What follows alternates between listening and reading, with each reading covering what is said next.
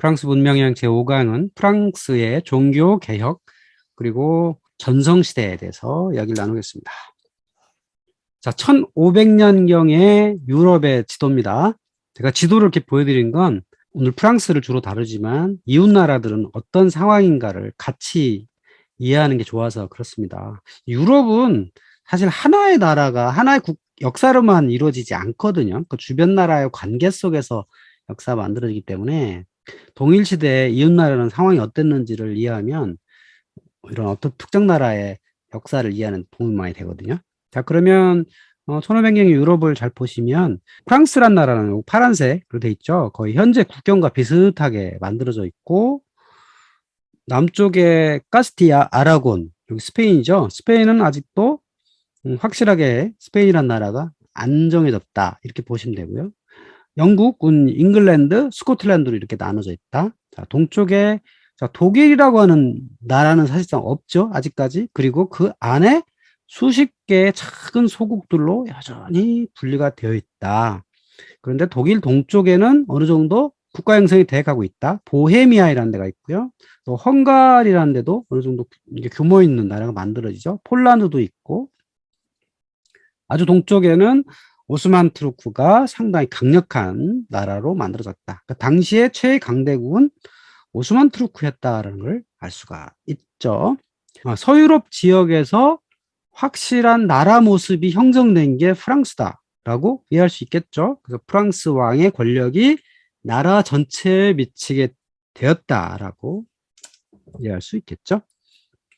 프랑스는 하나의 국가로 형성이 되었는데, 자, 독일 지역에서는 아직 나라다운 나라가 만들어지지 않았다. 자, 그쪽에서 주로 종교개혁의 분위기가 벌어지고 있다라고 하는 겁니다. 자, 종교개혁의 가장 키워드는 인문주의와 언어라고 제가 예전에 기독교 강의에서 한번 이야기 다룬 적이 있는데요. 언어의 차이에 의해서 종교가 달라질 수밖에 없다라고 하는 이유도 제가 한번 제시를 드렸어요.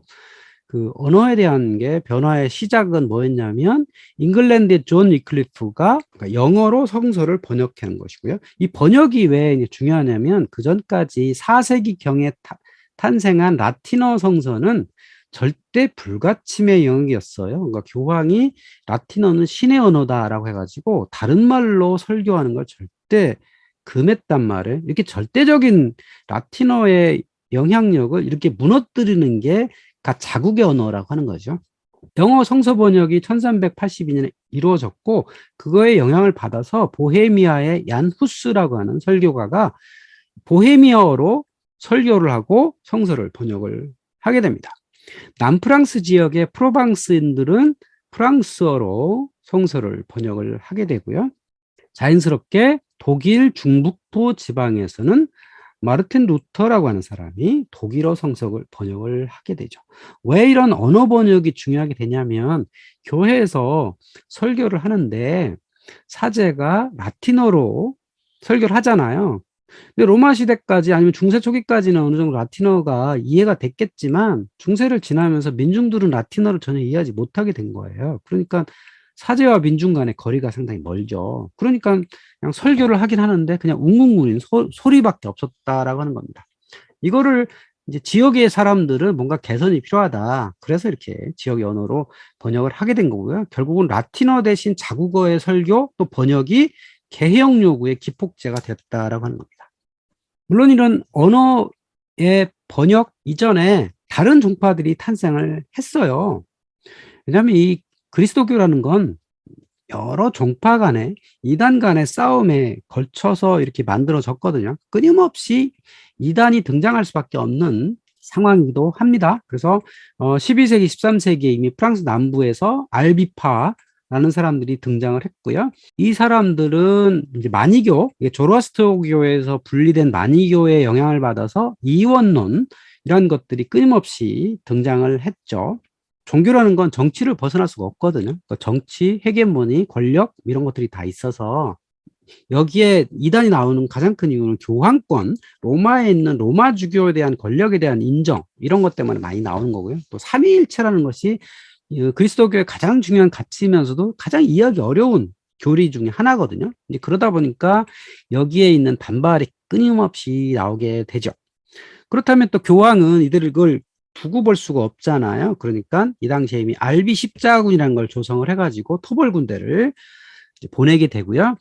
이 카르카손이라는 도시에서 농성을 하고 있던 카타리파 신자들을 모두 다 죽이는 이런 일이 있었죠. 그때 등장했던 수도회가 있었는데 도미니크 수도회라고 하는 거예요. 이 도미니크라고 하는 수도사를 중심으로 이 카타리파를 뭔가 설득을 하려고 이 카르카손 성내에 들어갔는데 말로 설득이 안 되는 거예요. 그래서 이 도미니크가 그러면 내가 행동으로 보여주겠다라고 해가지고 이제 탁발 수도회를 창설을 하죠. 자, 그러면 이제 이 종교개혁이라는 게 뭐냐? 간단하게 설명드리면 이래요. 그리스도교라는 것은요, 특히 로마 카톨릭이라는 것은 원래 유대교를 전통으로 해서 그걸 기반으로 헬라 문화에 의해서 생긴 게 그리스도교거든요. 그 그리스도교가 로마로 이어져서 로마 제국의 어떤 제도와 합쳐집니다. 그래서 계급이 쫙 늘어서죠. 교황을 중심으로 추기경, 주교 이렇게 계급적인 구조로 만들어지는 거죠. 그런데 이제 16세기에 이 개혁론자들은 초기 교회로 돌아가자. 성서에 나온 대로 성서에 등장하지 않는 어떤 헬라적인 문화에 있는 걸 제거하자. 또 이 계급적인 구조로 있는 황제 교황주의 그런 로마 제국의 요소도 제거하자. 그러니까 우리는 성서 중심으로 따라가야 된다. 이런 성서 중심 교리가 확립이 이제 되게 되죠. 근데 여기에 따르는 건 뭐죠? 정치적으로 로마 교황의 권력 약화. 그러니까 로마 교황한테 계속 종속되는 걸 두고 볼 수 없다라는 어떤 그 정치적인 의지가 많이 담기게 된 거죠. 자, 그래서 마르틴 루터로 시작한 종파가 생기게 되는데 그걸 이제 루터파라고 부르죠. 여기에 가장 키워드는 만인 사제다. 그러니까 그 당시 로마 카톨릭에서는 성서는 오로지 사제만이 해석할 수 있다라고 했었는데 루터파에서는 누구나 성서는 해석할 권한이 있다. 그리고 모든 만인이 예수 그리스도와 1대1로 통교할 수 있다라고 이제 주장한 거죠. 로마 카톨릭에서는 인간이 선이냐 악이냐를 선택할 수 있다. 선택할 수 있는 자유의지가 있다라고 주장을 했기 때문에 선한 일을 하면 천국 갈 수 있다라고 했는데 이 루터파에서는 그거는 그 민중이 선택할 수 있는 게 아니다. 인간은 구원을 선택할 수 없다. 주어져야 된다라고 한다는 거죠.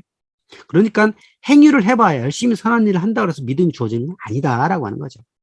그래서 그 행위라는 게 고해성사 그리고 뭐 미사 또 기부 순례 이런 것들이 큰 의미가 없다라고 하는 주장이었던 거죠. 주일 성사에서 떡을 먹고 피를 나누는 것, 이것을 흔히 화채설, 빵과 포도주가 그리스도의 몸과 피로 변화한다라고 하는 게 로마 카톨릭의 핵심이었는데 그거는 빵과 포도주에는 성령이 임하지 않는다. 그냥 빵과 포도주의 실체에 그냥 원래 다 들어있다라고 주장을 하는 거죠. 그래서 화채설 대신에 공제설을 주장을 했다라고 하는 겁니다. 그 당시에 또 유명한 논쟁이 있었어요.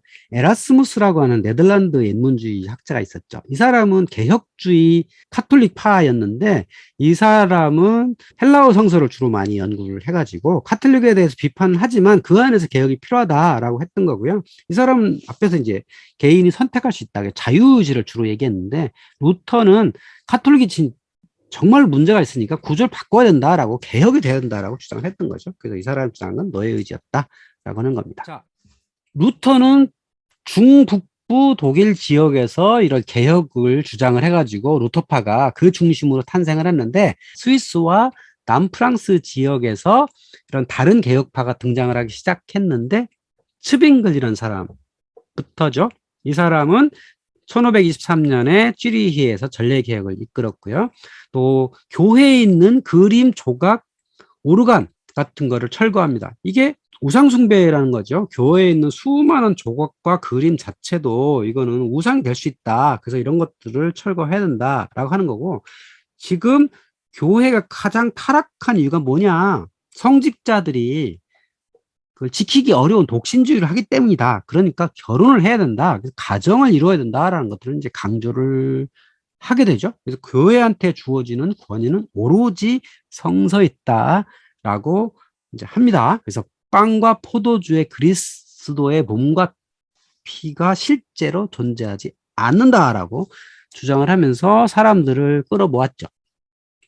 쥐리히에서 츠빙글리가 있었다면 제네바에서는 칼뱅이라는 사람이 있었습니다.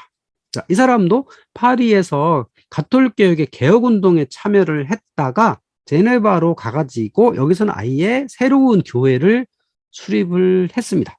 그래서 오늘날 장로교에서 유지하는 4가지 교직에 대한 조례를 제정을 했고 아예 종교 도시를 만들어 버렸어요. 그래서 그 안에서 하나의 단체를 만들어내죠. 그래서 이제 오늘날에도 많이 쓰이는 장로, 집사 이런 어떤 직분들을 이제 만들어내죠. 그래서 또 칼뱅이 주장하는 것도 성서 가장 중요하다. 구원을 얻는 데 있어서는 인간의 의지가 작용하지 않는다. 그러니까 신의 은총이 있어야 되고요. 이미 천국에 갈 자와 가지 않을 자는 이미 예정되어 있다. 그 모든 것은 그 모든 주권은 하느님한테 있다라고 하는 하느님 주권 사상을 주장을 합니다. 결국은 이 칼빈이 주장을 했던 칼뱅주의가 프로테스탄트의 주류 신학으로 자리 잡습니다. 그러니까 루터파는 중북부 스웨덴, 덴마크, 노르웨이 쪽으로 퍼지고 칼뱅이 주창한 프로테스탄트주의가 오히려 개신교의 대표로 확산하는 계기가 되죠. 그래서 개신교가 이렇게 여러 지역으로 퍼지게 되는데요. 그러니까 여기서 등장한 개신교가 세 흐름이 있었죠. 첫 번째는 루터파, 비텐베르크의 루터파가 서부, 중부, 동부 독일로 갔고 북부 발틱 지역으로 갔다면 제네바에서 탄생한 칼뱅파는 프랑스 남부 그리고 스코틀랜드 장로교회로 이어지고요. 잉글랜드의 청교도로 만들어지죠. 물론 여기에 이제 감리회, 침례회 이렇게 분파가 많이 되지만 칼뱅주의로부터 시작을 합니다. 그리고 또 하나 잉글랜드가 국교회를 만들죠. 잉글랜드 국교회는 헨리 8세가 창설을 하죠. 사실은 잉글랜드 국교회는 캐톨릭과 크게 다르지 않아요. 단지 교황을 이 교회의 최고 수장으로 모시는 대신에 잉글랜드 왕이 교회의 수장이 되는 거죠. 그런 목적을 가지고 있는 게 잉글랜드 국교회라고 할 수 있겠죠. 오늘날은 성공회라고 부르는. 자, 그래서 이 개신교의 흐름이 3가지가 등장을 해가지고 유럽 지역에 퍼지기 시작했는데 이 종교개혁에 대해서 3가지 입장이 있겠죠. 카톨릭 측이 있고 종교개혁에 독참하는 프로테스탄트 사람들이 있는 거고요. 또 후대 사람들 입장에서 보면 과연 이 종교개혁은 어떤 의미가 있느냐 이 동기를 파악하는 게 있겠죠. 그래서 종교개혁에 참가했던 개신교의 주장에서는 이거는 종교개혁은 필연이다. 필연적으로 나올 수밖에 없다라고 말하고 있는 거죠. 마티아스 일리쿠스라고 하는 크로아티아 출신 루터교 신학자가 1575년부터 주장을 했는데 여기 많은 개신교의 학자들이 필연적이다라고 주장을 하는 거죠. 당연히 로마 카톨릭 측에서는 이거 신교도는 이단이다. 그러니까 이런 이단을 따르면 안 된다라고 주장을 했겠죠. 그래서 또 하나의 역사 분석적인 주장에서는 종교는 표면적인 이유고 그 뒤에 숨어있는 여러 동기가 있는 거 아니냐라고 얘기하는 거죠. 또 경제적 동기가 있다, 사회 변동이 있다, 정치와 민족주의 혁명 같은 게 있다라고 보는 입장인 거죠. 그래서 이 시대를 잘 들여다보면 결국은 교황과 교회의 기득권, 왕권과 신권 이런 것들이 서로 부딪히면서 여기에 떨어져 나가는 변화의 모습이 보여지고 있는 게 아니냐. 그것이 종교개혁으로 보여진 것이 아니냐라고 볼 수 있겠죠. 자, 프랑스로 가봅니다. 프랑스의 개신교인들을 위그노라고 불렀습니다. 그 위그노라는 단어에 여러 가지 썰이 있더라고요. 왜 위그노로 부르는지는 뭐 명확하지는 않은데 어쨌든 프랑스의 개신교를 주로 위그노인들이라고 부르는데 이 사람들은 주로 칼뱅파였죠. 그리고 중남부 지역에 확산이 되었는데요. 특히 어떤 사람들이 이 위그노에 많이 참가했냐면 상공인들이 많이 들어갔어요. 왜냐하면 칼뱅이 주장한 게 뭐냐면 모든 직업이 신의 부름이다. 그 직업이란 상당히 소명이 있는 것이다 라고 말했습니다. 그러니까 상공업에 종사하던 사람들은 이 칼뱅파의 주장에 상당히 동조를 하게 된 거죠. 그래서 이 사람들 중심으로 많이 늘어나게 됐고요. 1561년에 오를레앙 칙령에 의해서 국가적으로는 개신교가 인정을 했지만 사실은 여러 가지 위험 요인들이 많았습니다. 특히 로마 카톨릭의 기존체 수호자들 입장에서는 상당히 위협할 순으로 증가를 하고 있었죠. 기존의 서유럽에 있는 국가들은 모두 로마 카톨릭의 교인이고 또 로마 카톨릭이 행정적으로 담당하는 이런 역할을 해왔는데 그들로부터 교회세를 많이 거두고 있었고 그들로부터 권력을 가지고 있었는데 그것들이 하나하나 떨어져 나가니까 당연히 로마 카톨릭에서는 위협적일 수밖에 없죠. 그리고 카롤린거 왕조에서부터 교황과 왕이 결탁을 해가지고 왕 권력을 이렇게 같이 왔는데 그거의 한 축이 무너지고 있었으니까 그 왕의 권력의 입장에서도 위협적이 될 수도 있고요. 교황과 그 사제들 입장에서도 위협이 될 수도 있죠. 자기네 어떤 세력이 약해지니까 그런 위협을 느낄 수밖에 없었던 거죠. 그러니까 여기에 개혁의 반대 세력이 또 있겠죠. 그 반대 세력의 또 큰 축은 뭐였냐면 예수회였어요. 이베리아의 나바라 출신인 로욜라라고 하는 사람 중심으로 설립이 된 예수회는요, 카톨릭 교리의 재정비를 하게 되고요. 또 이들을 수호하는 군대로 육성을 하게 되고 이단 척결운동을 전개합니다. 물론 카톨릭 교회에서도 뭔가 교리를 재정비가 좀 필요하겠죠. 가장 많이 욕을 먹었던 게 면벌부 판매죠. 사제한테 고해 성사를 하면 죄는 없어지지만 연옥에서 벌이 남는다. 그 잔벌을 없애기 위해서는 면벌부를 사야 된다라고 했던 게 몇백 년 동안 이어져 왔는데 그게 욕을 너무 많이 먹으니까 면벌부는 판매 금지를 한다. 그리고 사제 독신주의를 강화하기 위해서 교육을 받아야 된다. 자, 그 전까지는 이런 교육이 별로 없었던 거죠. 그리고 사제들의 어떤 독신도 본인의 의지로 사제가 되는 게 아니기 때문에 그들을 지키기가 상당히 어려웠던 거죠. 그래서 이런 거에 대한 교육을 좀 강화를 했던 거고요. 본인들이 해왔던 칠성사나 교황의 수익권 그리고 구원 같은 것들은 인간의 자유주의가 중요하다라는 것들을 지속적으로 강조를 하게 되고 카톨릭에서도 성서를 근거로 삼는다. 그렇기 때문에 당신들이 성서 우선이라고 하는 것도 우리도 논리가 있다라는 것들을 강화를 하게 되죠. 그래서 14세기 나온 황금전설이라고 하는 책이 있어요. 그게 그 황금전설은 온갖 그 교회 전승에 의하면 뭐 이런 것들이 많거든요. 수호성인 이런 성인들에 나온 이야기가 거기에 기록이 다 돼 있어요. 그러니까 기록할 의미가 있는 거죠. 성서에 안 나온다고 그런 수호성인이 의미가 없다라고 하는 프로테스탄트 주장에 반하기 위해서 우리도 이렇게 기록이 있다. 이런 기록에 근거하고 있다라는 것들을 이야기를 하고 있는 거고요. 또 로마 카톨릭에서는 꼭 성서만이 아니라 전례도 중요하다. 여태까지 내려온 전례, 전승도 카톨릭이 중요하기 때문에 그것을 함께 봐야 된다라고 카톨릭에서는 얘기를 하고 있는 거죠. 자, 그런데 이제 국가적으로 보면 이런 위그노들이 전체 인구의 10% 가까이 이제 되니까 결국 이런 그 권력이 약해질 수 있기 때문에 이거를 그냥 둘 수 없다라고 하는 생각에서 이제 탄압이 벌어지게 되는 거죠. 그래서 이때 전쟁이 발생을 했는데 이걸 위그노 전쟁이라고 해요. 거의 30년 동안 프랑스 전역에서 일어났던 건데 이제 바시라는 데서부터 신교도들을 학살하기 시작합니다. 그 로마 카톨릭 교회 측에 수령했던 기즈공이란 사람이 군대를 동원해가지고 창고에 모여서 예배 중인 신교인들을 습격해서 학살을 했죠. 그래서 74명이 죽고 100여 명이 부상당했던 일이 있었습니다. 자, 그 다음에도 지속적으로 쟁투가 벌어졌는데 가장 유명한 사건은 성 바르톨로메오 축일의 학살입니다. 자, 당시는 메디치 출신의 까뜨리나 데 메디치가 섭정 중이었어요. 그러니까 메디치 출신이니까 이탈리아 피렌체 출신인 거죠. 그러니까 피렌체 출신이면 이 사람은 로마 카톨릭 측이라고 보면 되겠죠. 그런데 당시에 신교도였던 나바라의 앙리와 샤를 9세 누이의 결혼을 진행을 하고 있었어요. 그러니까 신교 측과 구교가 좀 협력을 하자라는 측면에서 이렇게 결혼을 했는데 샤를 9세가 일찍 죽거든요. 후계자를 남기지 않아요. 그래서 신교도였던 나바라의 앙리가 프랑스 왕에 등극을 합니다.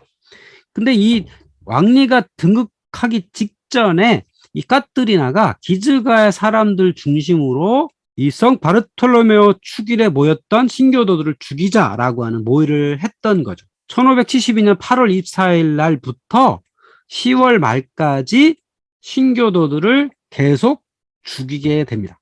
그래서 이때 희생자는 3 내지 7만 명에 이르렀다라고 합니다.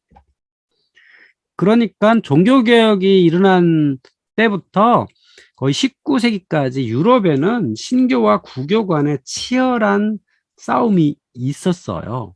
그러니까 여기 유명한 수학자인 파스칼이라는 사람이 이런 말을 남겼네요. 역사상 가장 잔인한 범죄는 종교의 이름으로 자행되었다. 물론 이게 이제 이 사람이 주장이겠지만 꼭 틀렸다고 볼 수는 없어요. 상당히 많은 일들이 종교의 이름으로 나쁜 범죄들이 일어나기도 했다 하는 거죠. 그런데 이 앙리 4세라는 사람이 프랑스의 왕이 됩니다. 자, 이 사람은 원래 나바라의 왕이었고요. 신교도였어요. 근데 신교와 구교의 협력 차원에서 결혼을 했는데 앙리 3세가 갑자기 암살되는 바람에 그 후계자가 없어서 앙리 4세가 프랑스 왕을 즉위를 하게 되고요. 이 사람은 부르봉가의 최초의 왕이 됩니다. 그 전까지는 발로아 왕가였죠. 그러다가 이제 부르봉 왕가로 왕가가 바뀌게 되고요. 물론 이 사람도 발로아 왕가 전에 카페 왕조거든요. 카페 왕가의 후손이기도 해요. 그러니까 전혀 다른 사람은 아니고 카페 왕가의 먼 후손이었는데 역사가들이 이렇게 구분하는 거예요. 근데 앙리 4세는 이제 신교도였기 때문에 자기가 왕이 즉위를 하면서 이 신교도를 보호를 해요. 그래서 낭트 칙령이라는 걸 내리는 거죠. 그래서 낭트란 도시에서 신교의 특정한 권리를 인정하는 칙령을 선포했다. 그래서 위그노는 신앙의 자유를 획득을 하게 되죠. 하지만 이게 오래가지 못하고 한 90년 정도 후에 루이 14세가 1685년 10월에 퐁텐블로 칙령을 해가지고 낭트 칙령을 이제 폐지를 하죠. 90년 정도는 신교도들이 자유를 누렸지만 그 이후에 루이 14세 때 다시 신교도들이 살아갈 수 없게 되었던 거죠. 그래서 많은 신교도들이 이주를 합니다. 근데 이 신교도들의 대부분이 상공업 종사하는 사람들이었단 말이에요. 그래서 이 사람들이 이런 자유가 보장되는 네덜란드나 잉글랜드로 많이 이주를 하게 되고 신교와 구교와의 싸움은 루이 16세 시절인 1787년에 가서 관용 칙령으로 종교자를 획득을 하게 됩니다. 그래서 오늘날에도 보면 프랑스에 개신교도가 일부 있어요. 주로 그 좌파인 사람들이 많이 있다고 해요. 개신교도들은. 그리고 결론적으로 이런 그 낭트 칙령과 퐁텐블로 칙령을 왔다 갔다 하면서 프랑스에서는 구교 측이 승리로 끝나긴 했지만 경제적 대가를 치러야 했습니다. 왜? 주로 상공인들이 위그노였는데 이 사람들을 쫓아버림으로 인해서 경제력이 약화되는 것을 감수해야 했다는 거죠.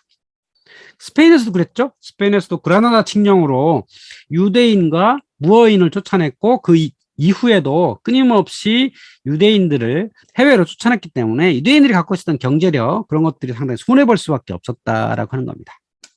프랑스에서만 이런 그 내부의 신교와 구교 간의 그 싸움이 있었던 건 아니죠. 실제로 아예 전쟁으로 남은 일들이 있었죠. 그것이 30년 전쟁이라고 이제 하는 건데 이것도 어찌 보면 종교 이름을 빈 정치 전쟁이라고도 할 수 있겠죠. 그러니까 1518년에 루터가 비텐베르크 반박문을 통해서 루터파가 생겼는데 그 끊임없이 이 사이에도 개신교와 그러니까 신교 측과 구교 측이 등장을 해서 다툼이 일어나게 되고 구체적으로 1618년에 보헤미아 오늘날 체코 지역에서 프로테스탄트가 아까 신교가 있었는데 그 구교 측 왕이 여기를 이제 박해를 하는 바람에 전쟁이 벌어지게 되고 또 이 독일 지역의 전쟁은 일어났지만 전 유럽에 걸친 전쟁으로 번지게 됩니다.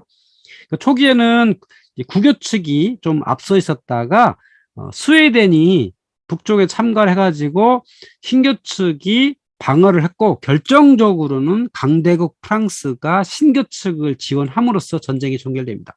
그러니까 이 전쟁이 종교를 빙자한 패권 전쟁, 정치 전쟁이라는 게 프랑스는 원래 구교 측이거든요. 왕가는 다 구교 측이기 때문에 구교 측 입장에 서 있는 프랑스가 신교 쪽에 가담을 해가지고 신교를 지원한 바람에 이 전쟁이 끝나게 된 거죠. 서로 유야무야 끝내가 된 겁니다. 그래서 이 전쟁 이후에는 각 나라들이 종교를 선택할 수 있는 그런 체제로 이제 바뀌어 나가는 겁니다. 그러니까 군주가 어떤 종교를 선택할 수 있느냐에 따라서 그 지역 전체는 신교냐 구교냐 이렇게 갈리게 된 거죠.